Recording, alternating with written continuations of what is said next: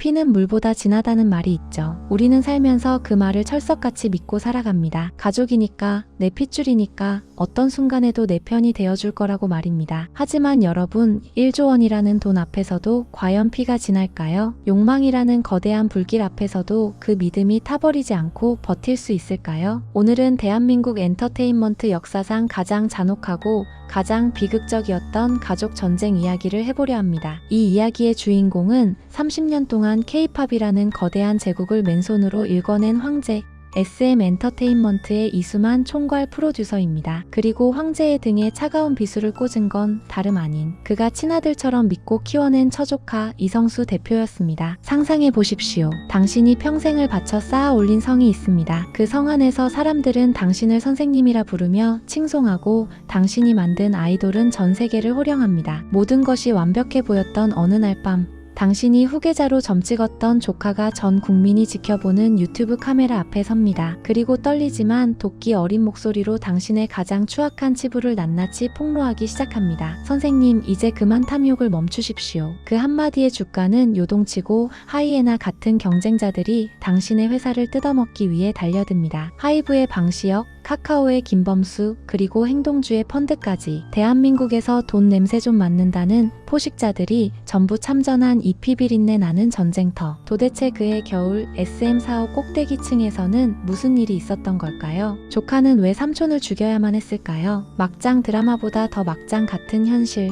SM 경영권 분쟁의 진짜 내막을 지금부터 아주 적나라하게 파헤쳐 드리겠습니다. 채널 고정하십시오. 단 1초도 눈을 뗄 수 없을 겁니다. 이야기의 시작은 서울 성수동에 위치한 SM 엔터테인먼트 사옥에서부터 출발합니다. 겉으로 보기에 이 건물은 K-팝의 성지처럼 보입니다. 1층 로비에는 커다란 전광판이 번쩍이며 에스파와 NCT의 뮤직비디오를 쉴 새 없이 송출하고 건물 밖에는 좋아하는 가수를 한 번이라도 보기 위해 기다리는 팬들이 장사진을 이루고 있죠. 하지만 이 화려한 겉모습과 달리 2022년 말부터 회사 내부에는 심상치 않은 기류가 흐르고 있었습니다. 마치 폭풍전야처럼 말입니다. 당시 SM의 구조는 아주 기이했습니다. 이수만이라는 한 명의 천재가 모든 것을 결정하는 제왕적 구조였죠. 그는 SM의 창업자이자 최대 주주였지만 등기 임원도 아니었습니다. 그런데도 그는 라이크 기획이라는 개인 회사를 따로 차려놓고 SM 매출의 일정 부분을 프로듀싱 명목으로 꼬박꼬박 챙겨가고 있었습니다. 1년에 200억 원이 넘는 돈이 이수만의 주머니로 들어갔습니다. 주주들이 보기에 이건 말이 안 되는 상황이었습니다. 회사가 번 돈이 주주들에게 배당으로 돌아오거나 재투자가 되는 게 아니라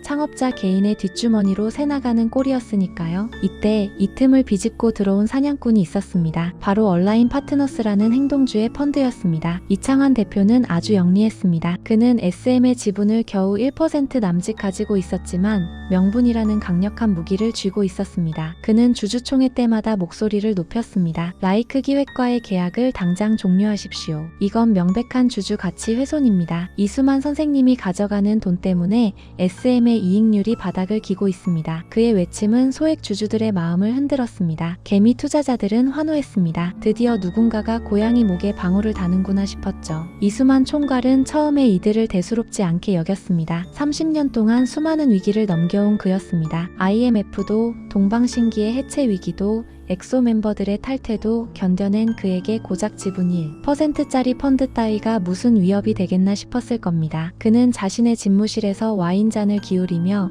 옆에 앉은 조카 이성수 대표에게 이렇게 물었을지도 모릅니다. 성수야, 네가 알아서 잘 처리해라. 저런 파리떼들은 곧 잠잠해질 거다. 너는 내 편이지? 그때까지만 해도 이성수 대표는 고개를 끄덕였을 겁니다. 네, 선생님, 걱정하지 마십시오. 제가 다 맡겠습니다. 이수만은 그 말을 믿었습니다. 이성수가 누구입니까? 자신의 아내의 조카, 그러니까 처조카였습니다. 이수만은 그를 대학생 때부터 데려와 SM의 아르바이트생부터 시작해 A&R, 팀장, 본부장을 거쳐 대표이사 자리까지 앉혔습니다. 친자식이나 다름없는 존재였죠. 자신의 피와 땀이 서린 SM이라는 제국을 물려줄 유일한 후계자라고 생각했을 겁니다. 하지만 이수만의 착각이었습니다. 권력이라는 것은 나눌 수 없는 법이고 늙은 사자가 약해지는 순간 젊은 사자는 그 목덜미를 노리는 법이니까요. 이성수 대표의 마음속에서는 이미 다른 계획이 자라나고 있었습니다. 그는 시대가 변했음을 직감했습니다. 1인 독재 시스템으로는 더 이상 SM이 성장할 수 없다고 판단했죠. 게다가 온라인 파트너스의 공격은 생각보다 훨씬 거세고 집요했습니다. 주주들의 여론이 들끓었고 국세청 조사까지 언급되는 상황이었습니다. 이대로 가다가는 자신도 배임이나 횡령의 공범으로 몰려 감옥에 갈 수도 있다는 공포가 엄습했을 겁니다. 결국 이성수는 결단을 내립니다. 삼촌의 손을 놓고 삼촌의 적들과 손을 잡기로 말입니다. 그는 온라인 파트너스 그리고 카카오와 은밀하게 접촉을 시작합니다. SM을 이수만 없는 회사 시스템으로 돌아가는 회사로 만들겠다는 명분 아니 쿠데타의 계획을 세운 겁니다. 2023년 2월 운명의 날이 밝았습니다. SM 이사회는 긴급회의를 열고 카카오에게 제3자 배정, 유상증자 형태로 신주와 전환사채를 발행하기로 결의합니다. 쉽게 말해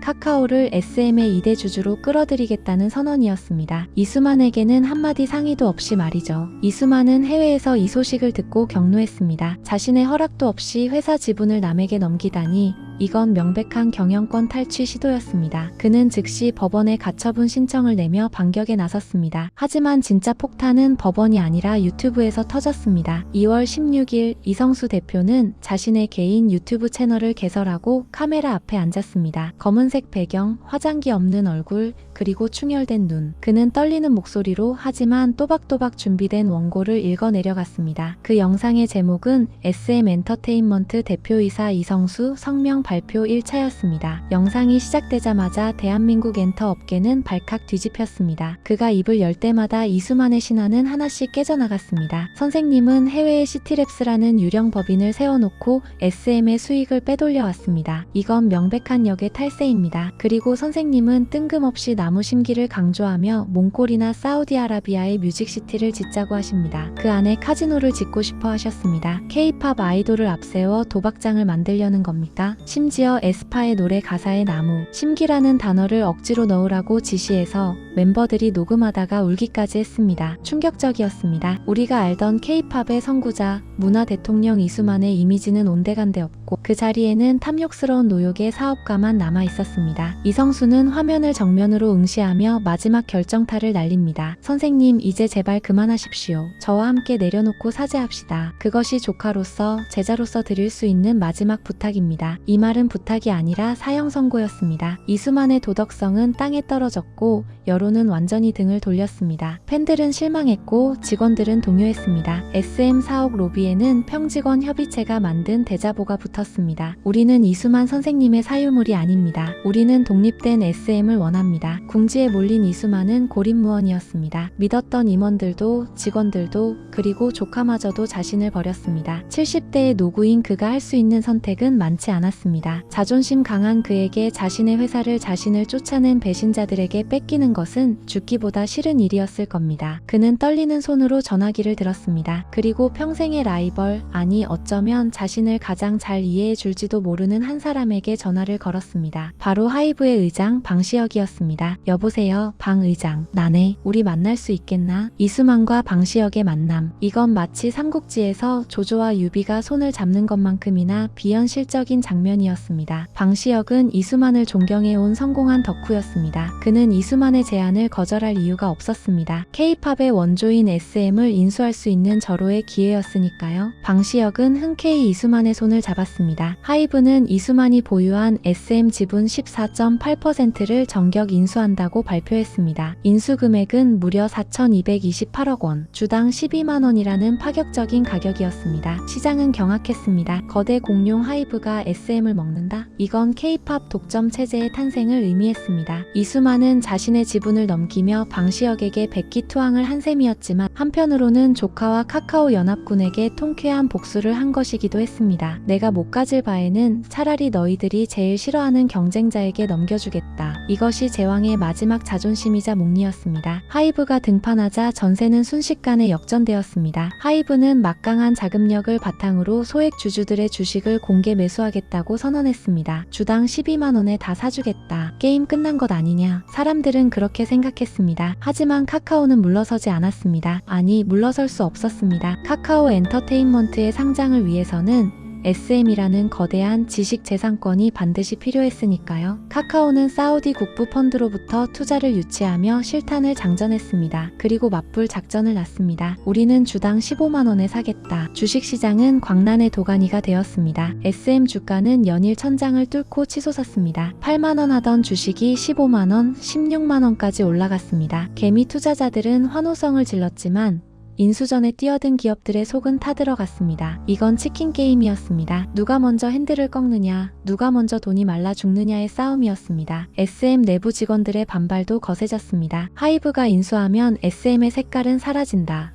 우리는 하이브의 하위 레이블이 되기 싫다는 목소리가 터져나왔습니다. 이성수 대표는 다시 한번 유튜브에 나와 방시혁을 공격했습니다. 적대적 인수 합병을 멈추십시오. SM의 정신을 훼손하지 마십시오. 이 전쟁은 결국 돈의 논리 앞에서 허무하게 끝이 났습니다. 하이브는 계산기를 두드려봤습니다. 주가가 너무 과열되었습니다. 이 가격에 SM을 인수했다가는 승자의 저주에 걸릴 수 있다는 판단이 섰습니다. 무리해서 먹다가는 체할 것이 뻔했으니까요. 3월 12일 하이브는 전격적으로 인수 중단을 선언합니다. SM 경영권을 카카오에게 양보하겠다고 발표한 겁니다. 방시혁 의장은 아주 쿨하게 하지만 씁쓸하게 퇴장했습니다. 시장의 과열을 우려했다는 명분 좋은 말을 남기고요. 결국 승자는 카카오와 이성수, 타경준 공동대표를 비롯한 현 경영진이 되었습니다. 하지만 이것을 진정한 승리라고 부를 수 있을까요? 카카오는 예상보다 훨씬 비싼 값을 치르고 SM을 샀습니다. 시세 조종 의혹으로 검찰 수사까지 받게 되었죠. 이성수 대표는 경영권을 지켜냈지만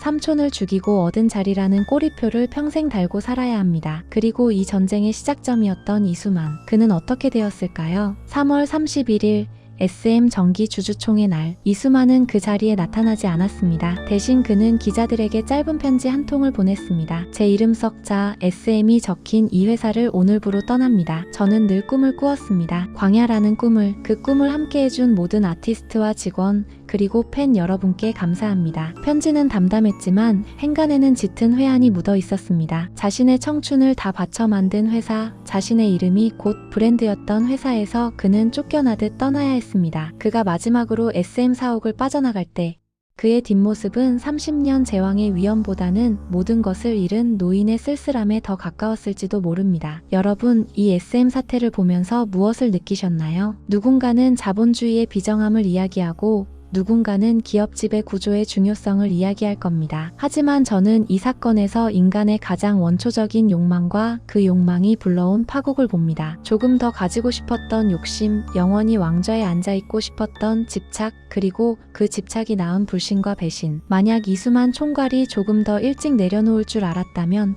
만약 조카가 조금 더 다른 방식으로 대화를 시도했다면 결말은 달라졌을까요? 이 전쟁에는 진정한 승자가 없습니다. 모두가 상처 입었고 모두가 무언가를 잃었습니다. 화려한 스포트라이트가 꺼진 무대 뒤 남겨진 것은 차가운 계산기와 찢어진 계약서, 그리고 산산이 조각난 가족의 믿음뿐입니다. 오늘 밤 여러분의 통장 잔고는 안녕하십니까? 그리고 여러분이 믿고 있는 그 사람은 정말로 당신의 편입니까? 결국 비즈니스 세계에서 영원한 적도 영원한 가족도 없습니다. 오직 통제하지 못한 욕망이 낳은 괴물이 자신을 잡아먹었을 뿐이죠. 지금까지 SM 제국의 몰락, 그 잔혹했던 기록이었습니다.